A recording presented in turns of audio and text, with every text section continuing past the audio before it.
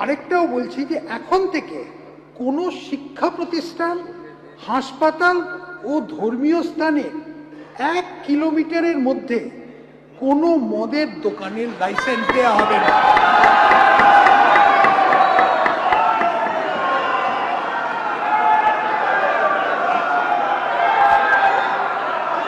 আর